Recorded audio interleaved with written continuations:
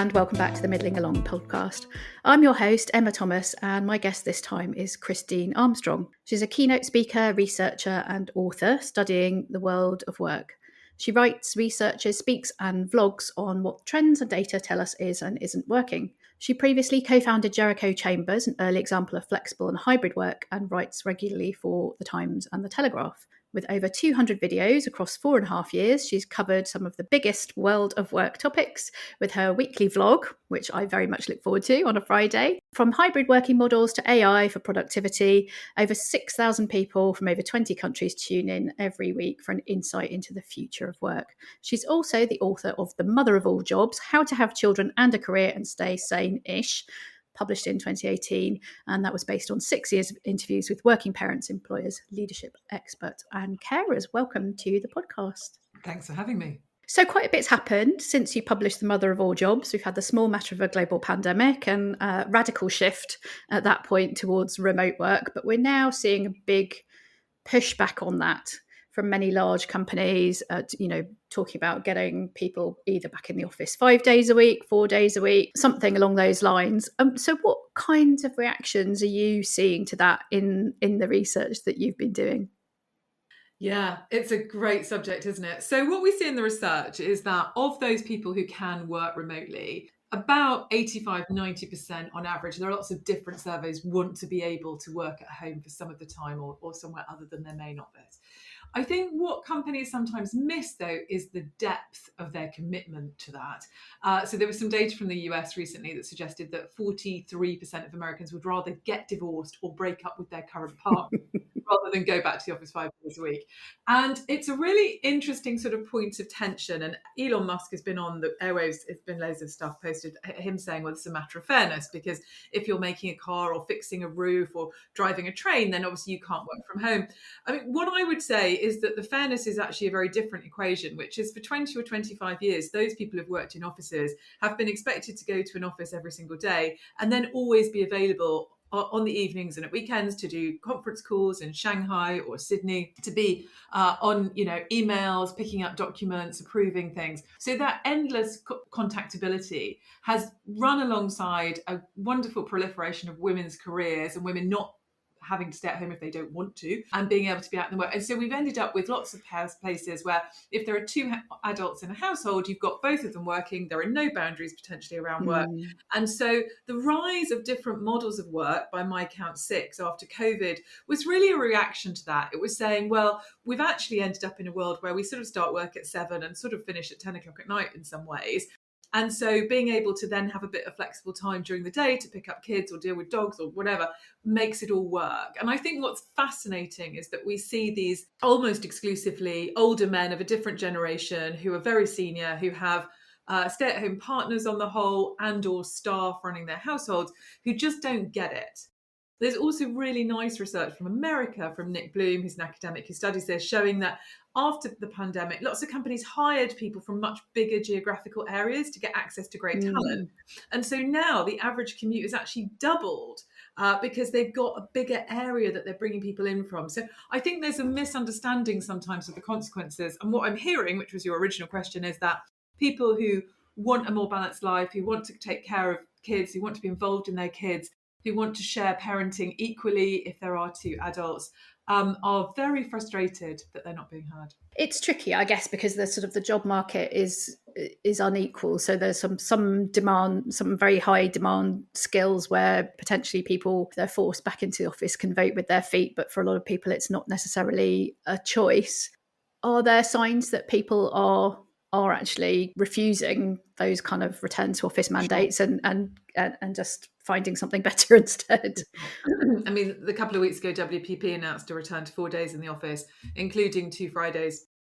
Who worked at WPP a long time ago, speaking to people in Omnicom who were literally flooded by WPP CVs coming out. So one of them said there's no need for any recruiters in communications agencies anymore. There's so many CVs going around, we don't need to call them. So I think that where I see this going is that you end up with a spectrum of different ways of working, that companies should choose the way that works for them, their talent pool, their brand. So you expect Goldman or JP Morgan to say, sure, we're 5 days a week on site. They've got these personalities. probably the talent pool that they're going after never expected a very balanced life anyway. They're being paid over the odds. If that's a deal that you're comfortable with, go at it, good on you.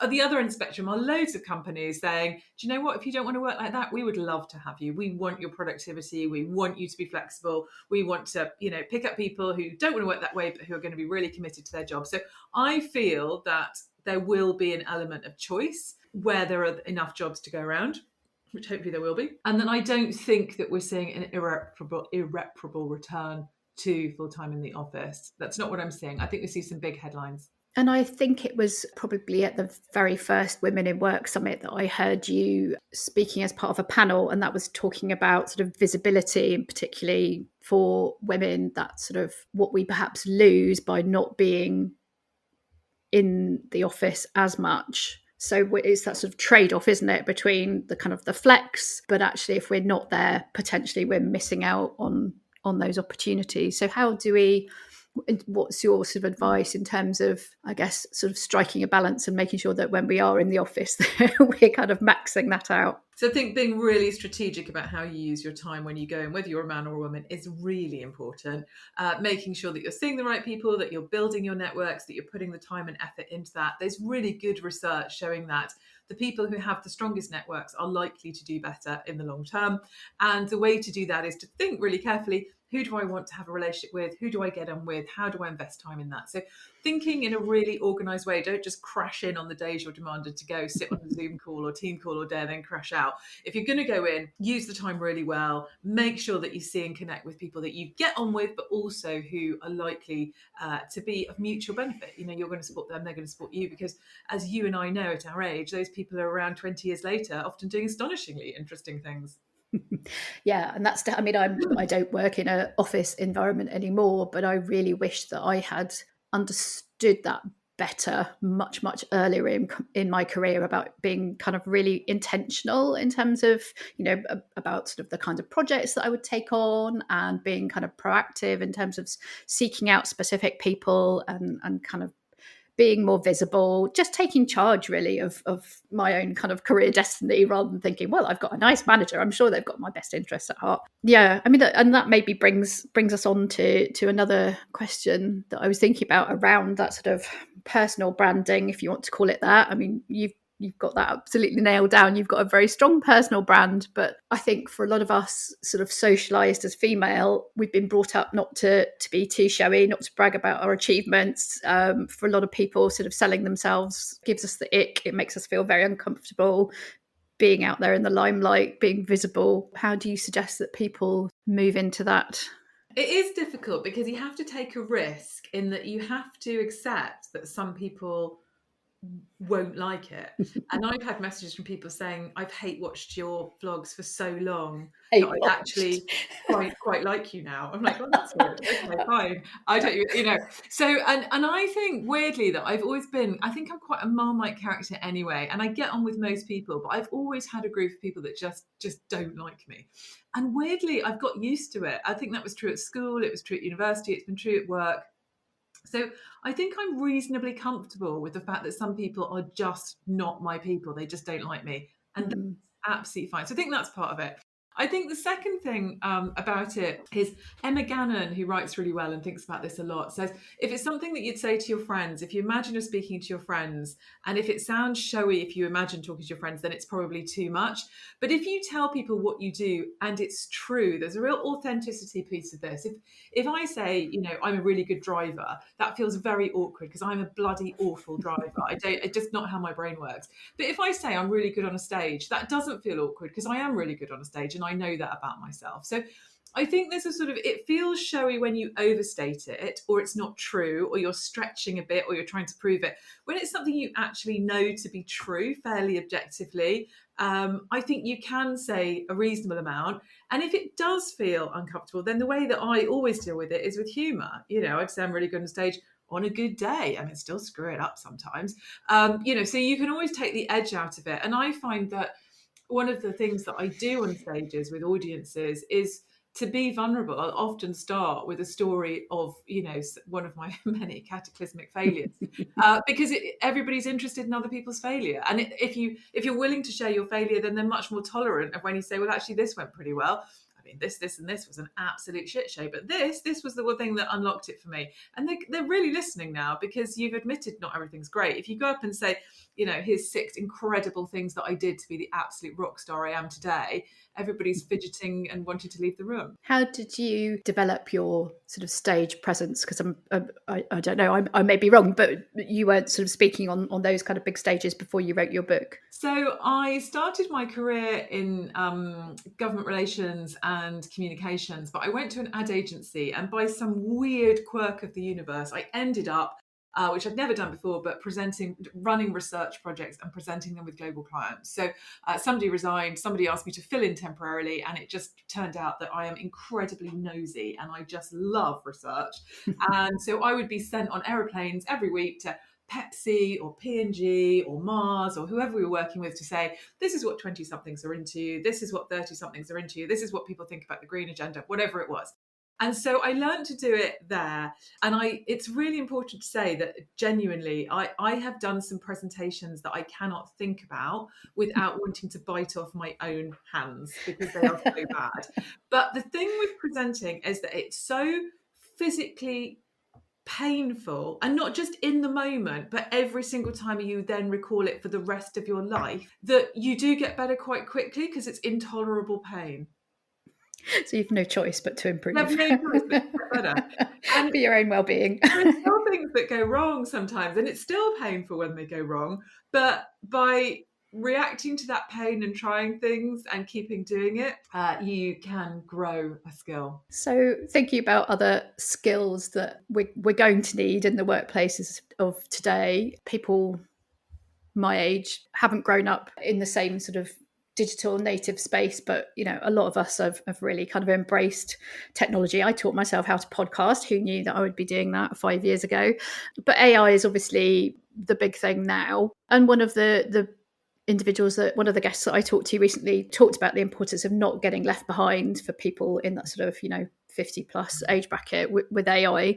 Where do you sort of already see this having the most impact in the workplace, or over the next 5 years? How can we sort of leverage that to our advantage? What are the things that we need to be learning about, to be getting comfortable with, so that we're not getting left behind?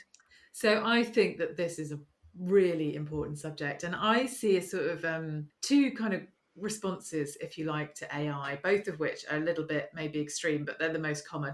One is I go and see leadership teams in companies and senior people who say, can't trust AI, who knows what they're doing with the data, it hallucinates, it's unreliable, we've got a 5-year trial, we're going to be rolling out, piloting different things across the organisation. Until then, everybody's banned from using it.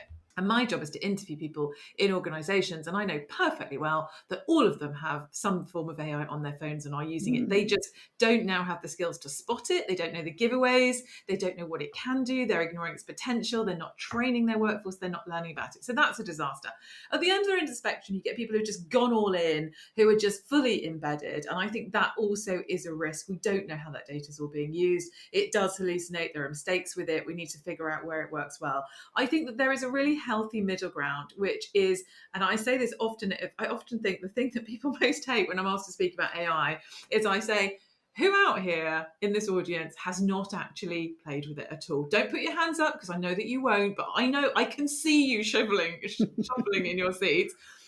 Get a young person in your life, a 20-something, a student, a teen, get them to download it on your phone, get them to get it onto your computer, and start asking it, what should I do at the weekend when I visit my grandmother? What should I get my 11-year-old niece for her birthday? What should I do on Tuesday afternoon when I happen to be at an event in King's Cross and I've got 2 hours spare? Whatever it is.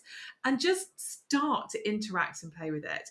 Now, in terms of where it goes in the future, I think the most interesting analysis I've seen recently is that jobs of the future are going to involve a combination of really people who can manage the AI and who may have very high technical skills. So may be sort of really thoughtful in terms of engineering or agriculture or energy conservation or weather and climate, those sort of really technical skills, who are able to use the AI to enhance what they're doing. But importantly, the really valuable jobs will have a strong human element. So you'll need to be able to communicate. You'll need to be able to take people You'll need to make ethical decisions.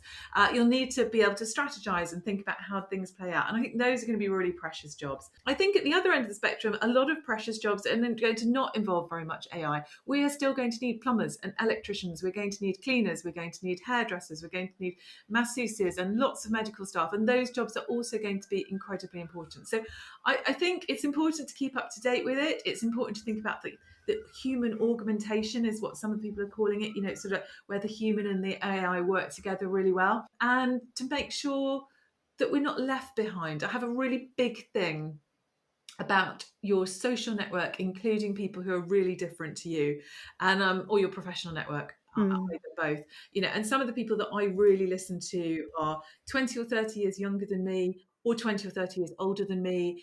Some of them have very different political views to me. I have an American in my network whose parents vote Trump.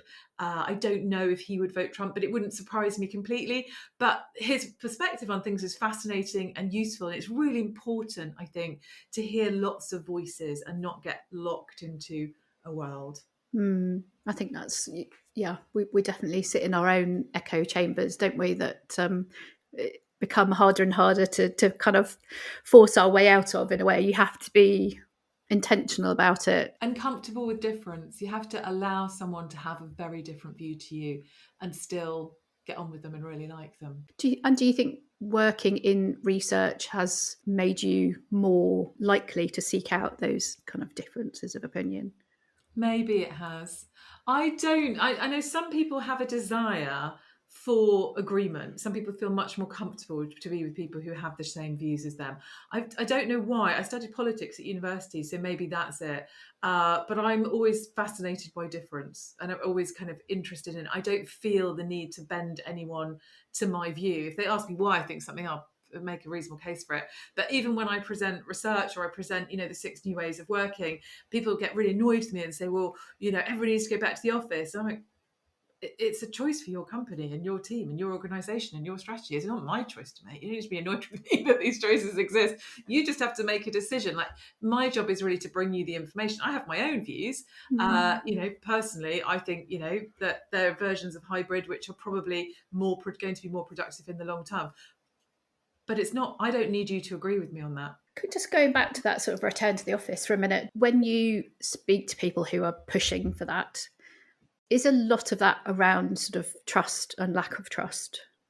Or are there other big motivators? Partly. I think it's about power. So I think that there's something very powerful as a senior person walking into an organisation where there's a lot of people looking at you. Behold, all that I survey. Yeah, responding to you, laughing at your jokes, bringing you a cup of coffee. So I think there's a power piece of it. It's very satisfying. I think there's also, it's much easier if you are a leader of a big, say the head of a bank. By definition, you have thrived in offices. Your friendships are in offices. You've done well. An office environment has suited you incredibly well. Otherwise, you wouldn't be CEO of an international bank. So for you, it works. And so why wouldn't it work for any people? So for many of them, I think that they genuinely do believe, and when you interview them, they do believe that it is better for people and it's better for everyone. And actually that all the benefits that they had from being in the office should be available to people. They've also often invested a lot in space and beautiful offices and those things, and they obviously want to use them. So I think there's a lot of different things going on. I think the thing which I think is sometimes lacking, and often I get called by people saying, please can you explain to my senior leadership team, who are all men, who all have partners who are at home, that I don't have a partner at home, and that I can't get on a plane tomorrow afternoon without any notice, that I can't be in the office 5 days without it having very dramatic consequences for my life and meaning I'll probably look for another job. And can you just help them to understand that if you clean your own bathroom and do your own shopping and put your own kids to bed, it's a really different proposition. And do they listen? They do listen. Whether they agree. Sometimes they shout at me, which I always find really fascinating. I'm always interested in the shouters. One thing that you also vlogged about, I think, at the end of last year, which resonated with me because it's something that we started doing as well as a kind of a couple, was about the sort of workshopping your life. Yeah. Are you happy to talk about that? Because it's actually, don't really see people sort of talk publicly about doing that, and it's I guess it always felt a little bit clunky to me, and so I'm just fascinated when I see somebody else that's sort of started doing it. So can you So I was inspired by Felix Koch, who you should follow on LinkedIn, Koch, and he talked about doing it with his partner, and I picked it up 3 or 4 years ago and started it. And the two really big unlocks for me, and I talk about this quite a lot now when I talk about productivity, is we have to stop seeing work and life as separate. We have to see it as part of one system. And if this year you want to get promoted, but you also want to renovate your house and have a baby, those things are not going to go very well together. So being sort of thinking about the whole and what you're trying to achieve is really important. But also thinking about your if you've got a partner, where do they fit into this? Because if you're going to get promoted and maybe do extra hours and lots of business trips or whatever that involves for you in your organization, what impact does that have on them and your household and anyone else who might be dependent or involved in your household? And so I think that the planning your life, the workshopping your life, is a moment to say collectively to all the people that matter. And it might be that you live on your own, but you might be a single parent, you might be supporting your own parents, whatever your network looks like. What does the next year or more look like when I think about what I want to do at work, when I think about what I want to do at home, and when I think about all the key people that need something from me? What do they need, or what do I need from them? How can we have that conversation? And the joy of it for me is almost like an outward sigh of, we can agree this in advance. We don't have to go into battle every day and remake all of these decisions. That some people are quite scared of it because it is a bit ordered. Yeah, I guess it's sort of, it's interesting, doesn't it? Because it's a very sort of, it's a very worky, in inverted commas, way of running a relationship, but at the same time, even though we didn't follow the same structure, so I'm quite interested to kind of go and look at the sort of the structure behind it. That actually, that process of, and we do a bit of kind of looking back as well as looking forward, of kind of aligning what you're, because you're in it as a team, right? You have your own kind of goals and your own interests and kind of wants and needs or whatever. But if you're, hopefully you're in a healthy relationship, you're kind of, you're both in it together. And so being able to articulate those things, be clear about them, have the other person understand, and to have that sort of mutual agreement that, yeah, okay, that's, we're going to focus on, I don't know, doing the bathroom, or we're not going to do that, we're going to leave that for the year after, or all of those Like kind you were of. in our meeting. I promise I wasn't. I think sometimes people say to me, I couldn't possibly do that because my partner wouldn't agree to it. And I think, well, that's really interesting, because it means that you're not aligned and you don't want to discuss the fact that you're aligned. So you're just going to grind through the year constantly being irritated that your priorities are not aligned and you've not resolved it. And so I think from my perspective, we don't agree on everything, of course, but it is, we do go to a hotel. And the first year I dragged Chris kicking and screaming. He did not want to do it. I basically bribed him with the fact that, I'd get a hotel and we could have dinner, and, and there was a spa, and he was like, all right, I'll come. And this year he went online and booked the whole thing in advance himself and actually paid for it, which I was pretty impressed by. So I think that there's a real, I think what I get from it, or what we get from it, is that you can tackle the tricky issues not in the heat of the moment. So where it is, what should we spend? Should we go on a nice holiday? Should we do the bathroom? Kind of a classic sort of trade-off. You're like, well, why would we do one or the other? What would be the trade-offs? Could we do a bit of this? Could we compromise on that? Could we not go away in the summer, but go away at Easter, or whatever it is? And so it's all in the open, and it's not in the heat of, oh my God, why haven't you booked a summer holiday again? We're going to have no plans. Oh, all the prices have gone up. And Felix has a great line on this, which I always remember, which is, indecision is expensive. So if you decide early in the year that you want to go away at Easter or October or whenever it is, you can organise that in a really managed way. If you crash into it, it's always more expensive and not as good. I'm slightly I'm flinching internally because it's my turn to book the summer holiday, and I know that I need to get it done soon.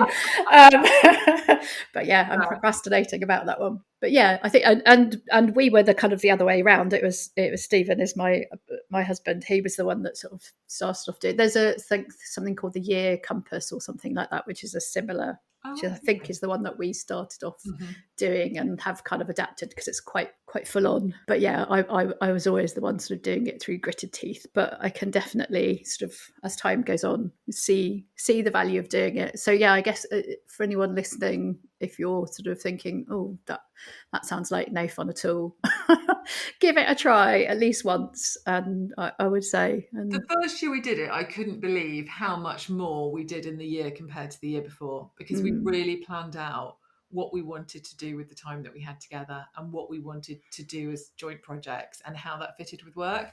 And it just made the year just easier to manage. And we've got 3 kids, so there's a lot of moving parts, and if we're not organised, then it does get pretty feisty. Do you have a sort of a mid-year check-in, or? We do have various mid-year check-ins, yeah, and certainly summer's a big one for us. Obviously, we've got all the kids off for 6 weeks, so there's always a bit of a review of what how it's going and stuff. But yeah, we do. But actually, I also feel that a lot of the decisions that previously we'd have got to Sunday night, we've got to make a decision about what we're doing for May half term. We've got to make a decision about whether we're going away with so and so or whether we're going to go here. It's just we don't have to have them because we've already decided. It's so nice. Save a lot of stress, and as you say, potentially save some money as well. I'll try and find links to the. Well, I'll find the link to Felix's one, because I think you said that there is a template, and to the one I don't quite use this format. We've evolved it as well, but I think start with some sort of baseline and then make it work for you. Yeah. You don't have to kind of slavishly follow a set kind of template, but I guess it helps to see the kind of the different buckets of things that you might want to think about. So what's next? So your company is Armstrong and Partners. What are the hot topics that you're looking at right now? So there are 3 at the moment. So one is multi-generation at work, and I was with a group this week, Generation Z, so the younger people in the office. So last week I did older audiences, and then this week, 2 different organisations, I did the younger ones. And last week, the older audiences, I asked them what they thought of Gen Z, who are the people who've just started work, so sort of 25 and younger. And they were sort of entitled, snowflakes, lazy. It was really, really harsh words. Wow. And this week I did the younger ones, said, what do you think of boomers? And they all said racist. So I was like, wow. Don't hold back, guys. Really, no hesitation. I mean, at least they felt guilty, the first lot, about saying snowflake. They were just like, yeah, all racist. I was like, okay, right. So I think a lot of what I'm doing is helping people to understand that each generation is formed by its own experience of life, of work, of the economy, of the parenting. And we wouldn't, if we'd grown up in a different generation, we would be them. If we were entering the workforce now, we would be, have views that aligned with that generation. And not that they're all wrong, of course, that we're working in stereotypes. We're trying to understand some of the misunderstandings in the language. So that's one that's I'm doing a lot of. I'm doing a lot of really big picture productivity work, which is stepping out of the time management and time boxing and all the stuff we know. And a little bit like that planning exercise, sort of, it's like, what are we trying to achieve? And then where do we want to put our energy? And then how do we organize that energy? And what are the small daily steps that make a difference? So that I really love doing. And people do cry quite a lot in that, but generally in a good way. There's a lot going on. And the third one is just looking, because obviously we look at all the data, is just looking at what are the big trends. And really the big trends are being informed by what we're seeing in the States. So over the next 4 or 5 years, what can we expect to see? We're going to see a polarization. Some organizations really going return to office, some going the other way, some really going anti-DEI, and some of them saying, actually, we want to be really inclusive and want to involve everyone. So we're going to watch that. People are quite stressed, so how can we support teams and make sure that we're managing their stress and helping them to stay on course? So those are the 3 things that I'm doing the most of at the moment. Well, it's if the last few weeks are anything to go by, the next 4 years are going to be a pretty wild ride. I don't think anyone can predict much at this point. I think we can. The prediction is it's going to be unpredictable, isn't it? And in a way, there's learning from that, because in an unpredictable world, people behave in quite formulaic ways. They become more black and white, they become more anxious, they become more immediate. And so the job of leaders, it becomes more important. We have to reassure people, we have to stick to, what we're trying to achieve, be very clear, communicate. So actually, the specifics of the chaos are unknown, but the underlying thought about how we need to support people doesn't change. Well, that seems like a great point to wrap it up. But thank you so much. Lovely to talk to you. It's really lovely to chat. Thank you. And I will put a link to your website in the show notes, and also to your LinkedIn profile, because if people aren't following you and watching your Friday vlogs, definitely recommend that they should be. So find Christine on LinkedIn, sign up. I guess they would need to do the little kind of bell next to your name to definitely see them. pop Yeah, up. I think so, something like that. I Or don't sign know. up for your newsletter, My which mother also manages and she's in her late 80s. They'll figure it out. fantastic. Lovely. Thank Thanks very you. much, Emma. Nice to talk to you. Thanks for listening to the Middling Along podcast. If you enjoyed today's episode, please go and leave us a review over at Apple Podcasts. You can check out the full back catalogue of all our episodes over at middlingalong.com. You can also find out more about my work as a coach. Go to www.thetripleshift.org.